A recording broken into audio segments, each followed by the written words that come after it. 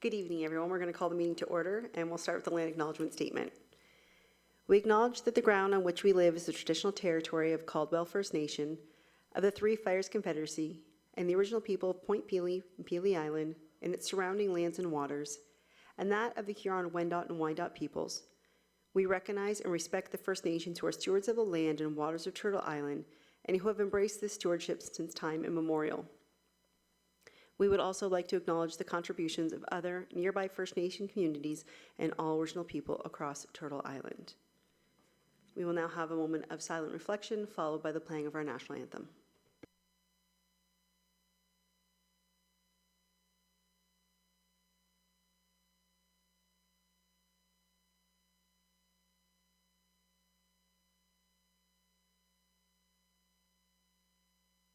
Please stand for the playing of the national anthem.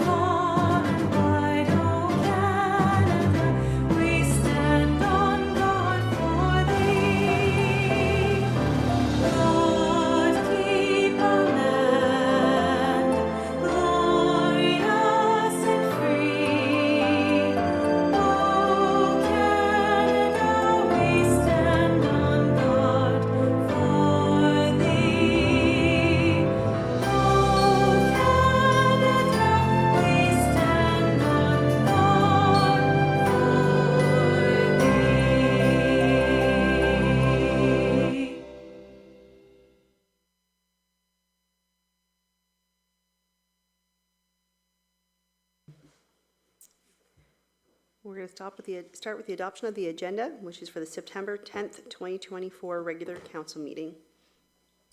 Moved by Councillor Reno, support. Councillor Riccio Spagnolo, all in favor? That carries. Any disclosures of pecuniary interest? None. And adoption of the minutes for the regular meeting of council held August 27th, 2024 be adopted as presented. Councillor Carrick, Councillor Desjardins, all in favor? That carries as well. Just a few mayor's comments tonight. As I'm sure you're aware, last weekend was our second annual Last Call Before Fall event held at the Event Center, and it was another huge success. It was great to see so many people at the Event Center for a very busy Friday and a sold out Saturday night. And we want to thank our staff from all departments for all the hard work in the planning and preparation for the event, but also the hours spent at the Event Center over the weekend. We know it takes many of those to have a successful event. So thank you very much for everything you guys have done. We would also like to thank Tourism Windsor-Essex Pelee Island and our vendors for supporting LaSalle. Sunday, September 29th, I know this is an early announcement, but it's just a reminder, it's the last night market of the season, which will be held at the Event Center. Markets will be held again later this year in conjunction with LaSalle Holiday Lights Heritage Nights, and more information will come at a later date. Today, Chief Designate Pierce held his first of 3 Coffee with the Chief days. Another one is scheduled for this Thursday and September 17th. So please check our website or social media channels for more information. The LaSalle Police Service also invites community members to share their valuable input to help shape the 2025-2028 strategic plan, and that survey can be found on the LaSalle Police Service website under news. And that's all I have today. So we will go through, we have no public meetings, no presentations, so our staff reports, item 1, which is the Sean Kenny's Animal Superpowers Exhibit event funding. Our Director of Finance, Mr. Langlois. Thank you, Worship, members of council. At the April 23rd meeting, administration was asked to look at a couple different funding options for the Lego exhibit deficit. And also to wait until we found out if we were going to receive some wage subsidy funding. Good news, we did receive just over $35,000 for the wage subsidy funding, which put the deficit at $140,000, which is actually right in the middle of the initial projections before we actually hosted the event. And there was another $125,000 grant that we actually weren't successful, so had we been, we would have been pretty close to break even, which is good news. With that being said, there's a couple different options. The original proposal was to fund any deficit from the waterfront reserve. That's the second option. And the other option is to fund a small portion from our festival reserve, $20,000, and the remaining from our tax stabilization reserve. We built that reserve up over a number of years for one-time costs such as this. So my recommendation is to fund option number one, to fund the deficit partially from the festival reserve and the remaining from the tax stabilization reserve. And I'd be happy to answer any questions council might have. Thank you very much. Members of council, questions? Councillor Carrick? Maybe through you to Patty or whomever's looking at that. So this isn't going to be like a yearly thing, right? The events that we're going to look at down there, it's going to be spaced out if we bring in different events type of thing so that we're just being able to spread it around a little bit better. Thank you for the question, Councillor Carrick. This was a one-time pilot project, and there is no plans to bring another one back unless council wishes us to do so. Any other questions or comments? Councillor, Deputy Mayor Capata. Through you, Madam Mayor, to Finance. Again, I'm disappointed when you say we didn't get the grant. I understand that that's what happens in our community. Do you have any feedback? And maybe I've missed it, I'm sorry, but it just seems that whenever we apply, we don't get. We do the best we can. We're fiscally responsible. We don't seem to be on the receiving end compared to our other municipalities in Essex County or other ones that we just know of. Just looking for some insights into, is there anything that we can do to support you, assist the team in applying for not only these type of grants, but other ones down the way so that we can become more successful?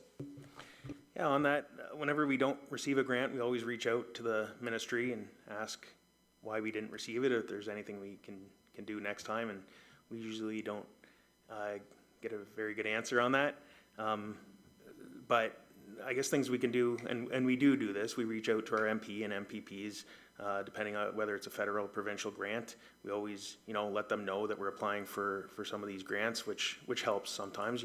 We have received some grants lately, 3-4 years ago, we got the DMAP grant, which was a huge grant. That was great, but the last couple of years it slowed down a little bit. So, letters of endorsement, partnerships with different organizations, but I'd say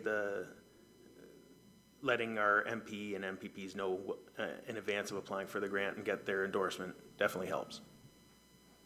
Thank you, Your Worship. Councillor Reno. Thank you, Your Worship. I just wanted to thank administration for putting together this extra option for us. I truly believe that the Waterfront Reserve is going to continue to be a struggle to build up as we come across budget sessions that increasingly need more money for different things. The build-up will always be a challenge for us. So to give any of it away when we have other options, I think is a bit off. So I want to thank you for offering this new option up to protect our waterfront reserve so that we have more options when options come available to us for that project. Thank you. And I would like to put forward to accept the motion for the option with the tax stabilization reserve. So you're moving the recommendation? No. Support by Councillor Riccio Spagnolo. Any other questions or comments? Councillor Burns? Yes, through you, Your Worship, to Mr. Langlois. So we're going to take this as your option one. Where will that deficit show?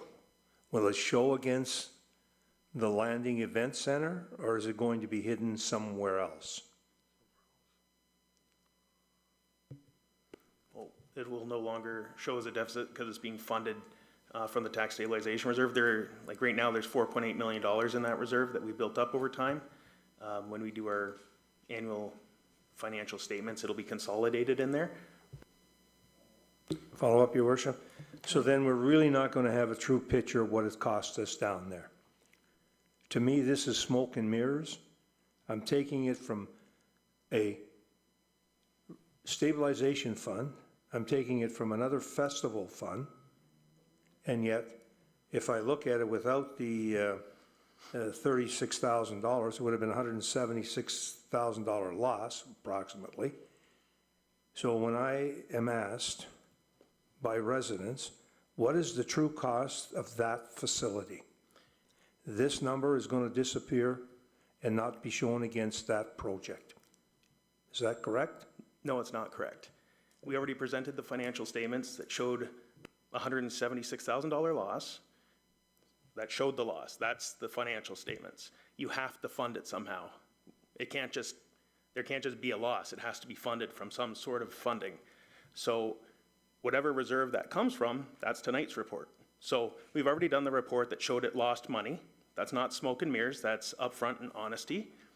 And what we're funding it from is tonight's report. Go ahead. Through your worship. So then, when I look at the event center, I am going to see this $139,000 charged against the event center in some way or form as a loss. This is separate from the event center. It's an event that was held at the event center. I understand that, but that's still the Yeah. waterfront project of $85 million. Is that loss going to show against that particular piece? I don't care where the money comes, you're right, it has to be funded. So is it going to show that loss against that project? It's not, because we're not funding it Thank you. from that project. Thank you very much. Made my decision. Okay, so we have a mover and support. Any other questions or comments? All in favor? Opposed? Okay, that carries. Item number 2, the Meritat Drain Major Improvement, appointment of engineer, our drainage superintendent, Mr. McMillan. Good evening, Mayor and members of council. This report tonight is regarding the appointment of a drainage engineer for the major improvement to the Meritat Drain. The request for major improvement was received and accepted by council in July of this year. After acceptance of the request, the required notifications were sent out to regulating authorities, and the prescribed period of time has passed, allowing us to move forward with the appointment of an engineer. Administration is recommending the appointment of Mr. Josh Warner of R. Dobbin Engineering, Inc. for this project. And with that, I'm available for any questions. Councillor Reno? Thank you, Your Worship. Just as a reminder, I know we just accepted it not that long ago. Could you just remind us where that drain approximately runs? So the downstream end of this drain is south of Gary Avenue near Front Road. And you may recall that the major improvement is to facilitate a potential future development in that area. Okay. Councillor Riccio Spagnuolo? Thank you, through you. Have we obtained Mr. Warner before? So do we know how his work is? Not him specifically, however, we are familiar with the company. They do specialize in drainage projects. Any other questions or comments? No? Okay. The recommendations that the report of the drainage superintendent dated August 22nd, 2024 regarding the Meritat Drain Major Improvement be received, and that Josh Warner of R. Dobbin Engineering Incorporated be appointed as the drainage engineer for this project. Moved by Councillor Carrick, support by Councillor Riccio Spagnuolo. All in favor? And that carries. Item 3, our street name request for the Orford subdivision. We're having our Manager of Planning and Development present the report, Ms. Christina Bursick. Thank you, Madam Mayor, and good evening.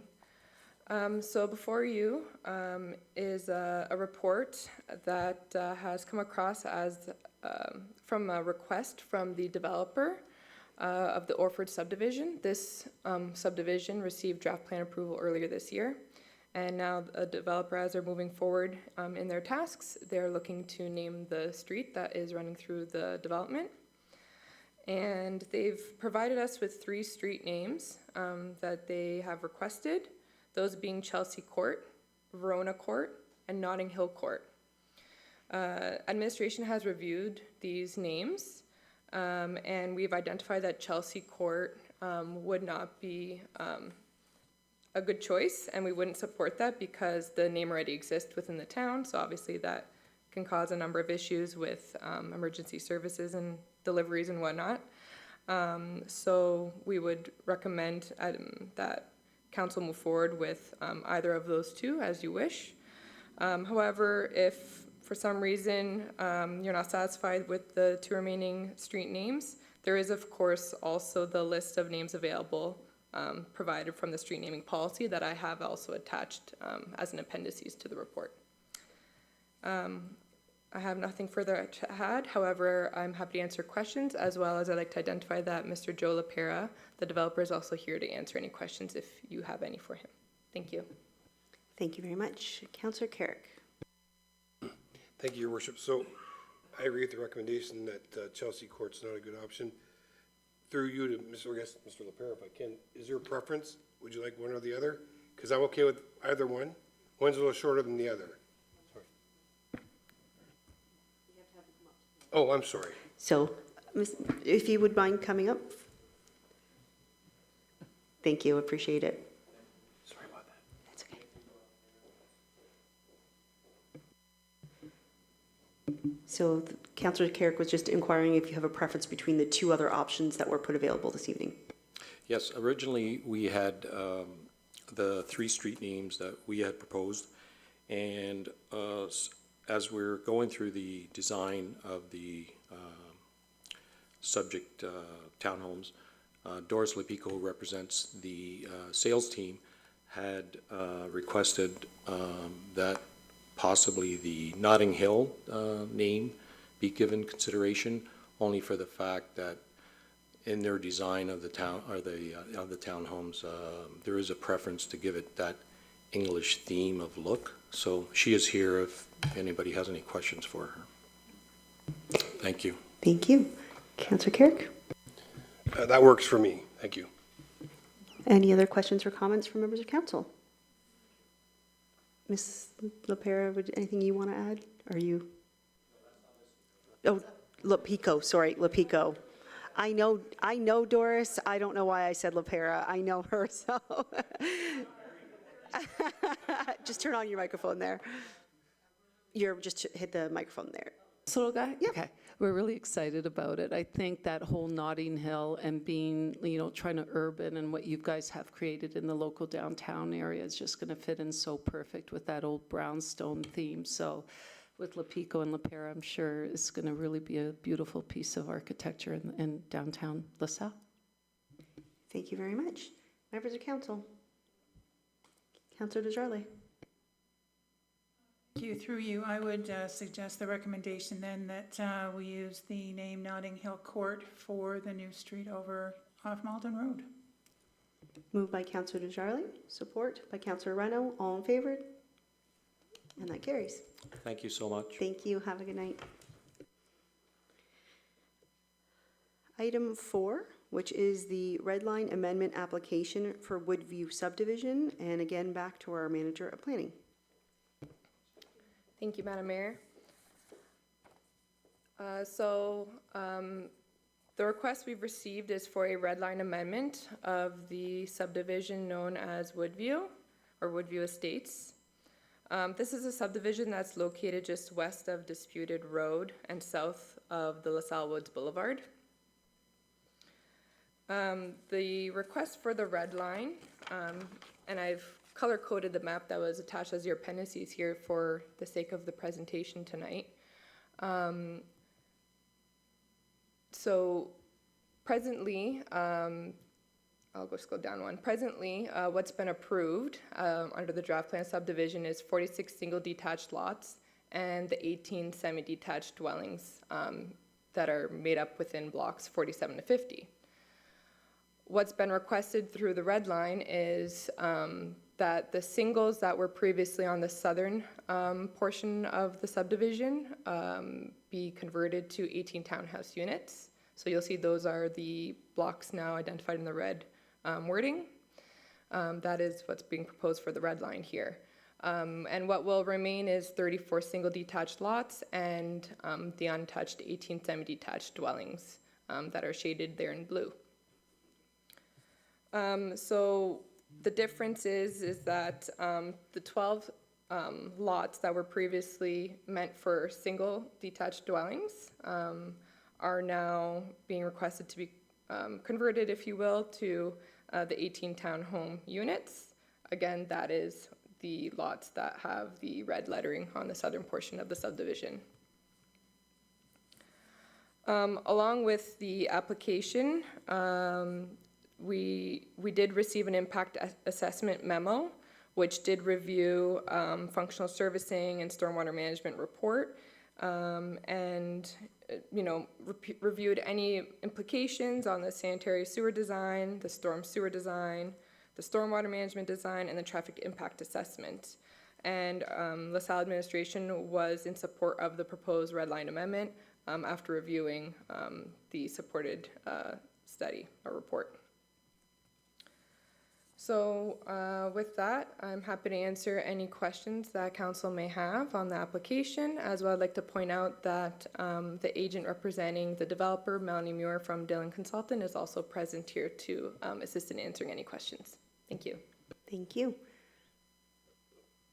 Anyone else for Councilor Carrick? I feel like I'm just going to my left side tonight. I feel bad. Councilor Carrick, go ahead. Just in regard to the impact on the drainage, the water that's being added to that area. Some comments through administration for that, or who's here representing the developer?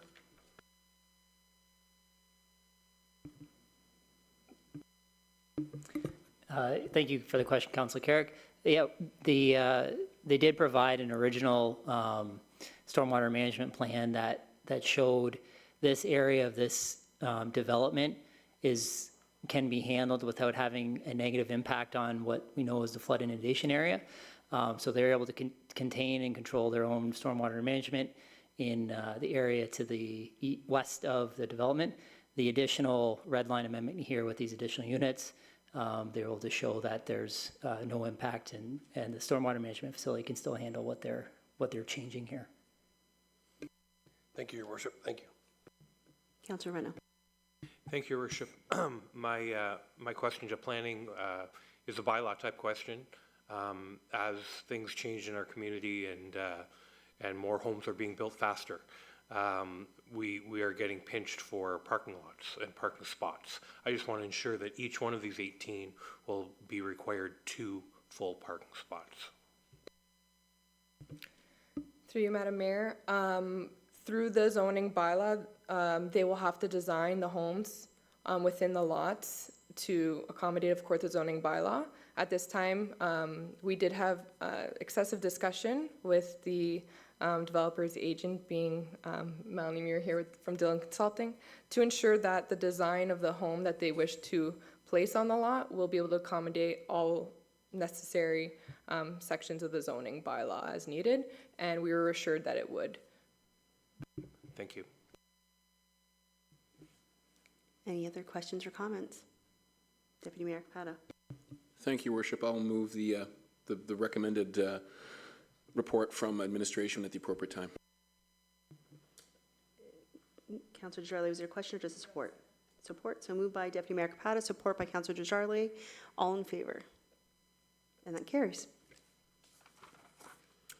Our consent agenda, there are 3 items. Does anyone want to pull anything out and speak to it directly? If not, we will approve it all together. Nothing? Okay. So we have a recommendation that items 1 through 3 on the consent agenda for September 10th, 2024 be received. Moved by Councilor Riccio Spagnolo, support by Councilor Burns, all in favor. And that carries. Any committee matters to discuss? Questions and statements? Deputy Mayor Capata.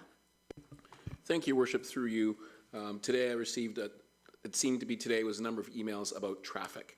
And I know that we all coming here are aware of it, leaving here we're aware of it. I'm just looking to some insight from the team as to how I can respond back to the folks in the community who we love the expansion, we love everything, but it's taking that amount of time to move through our municipality if they're going to work, or even just across municipality for things. And again, I'm aware of, as everybody else is, the things that are going on in the community, Your Worship. Just some time frames, some ideas, some reassurance to the folks that it will be worth it when it's done at the end. Thank you, Your Worship. So I don't know if you saw the post by the town. We've addressed it that way, as well as we did have interviews with AM 800, and later this week, Thursday, with CBC, they changed the interview day to address the issue that's going on. And I'll have Mr. Osborne fill in if he wants to, if there's something I missed, maybe. So the current traffic we're experiencing has been more so in the past week, since school has been back in session. We're seeing obviously more vehicles on Malden Road with Sandwich School there, and we're also seeing more buses, but we're also dealing with the construction that's on the Ojibway Parkway. So we're finding between that and Sandwich, everyone's looking for a different route into the town of LaSalle. And we were already a little bit higher in volumes than we have been in years past, just with regular movement through our town. But what we're seeing is a couple of different things. We're seeing that people are not using both lanes. So we're again recommending our residents to use 2 lanes when traveling Malden Road.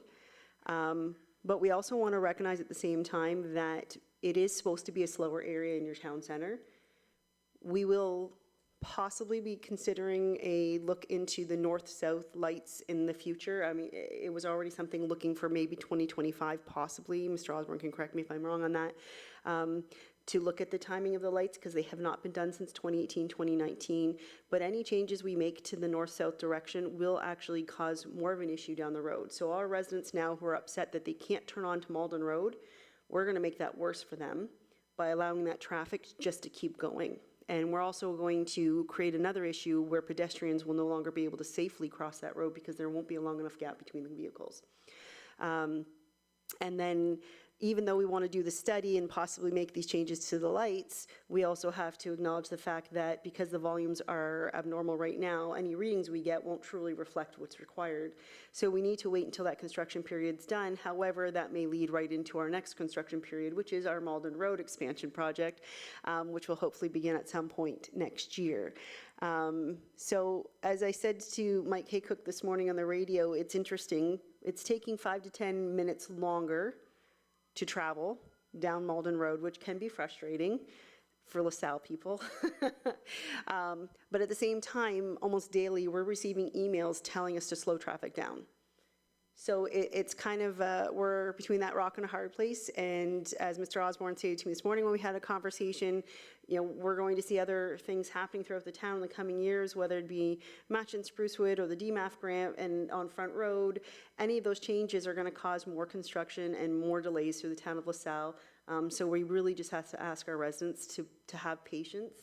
We are coming up with solutions for our traffic issues, but it's not going to be a quick resolve to their problems. But Mr. Osborne, I'm sure I've forgotten something, so please feel free to add anything I may have missed. No, I think you covered it all there. Maybe I can just add on to say that Councilor Akpat, or Deputy Mayor Akpata, you mentioned the expansion and the project going south. We are hoping to start that next year. That will help with the capacity moving south and along that section of the corridor. But I would expect, you know, once we get past this kind of issue with the construction on Ojibway, the traffic within the town center is going to continue to be there. And when you see it, when it's busy and it does take you a couple minutes to get through there, that is more normal, quote unquote normal, than being able to just kind of glide through with not seeing a whole lot of traffic. So I think really the perspective should be that that's a good thing. That there's traffic in the town center, and it does take time to get through a busy town center.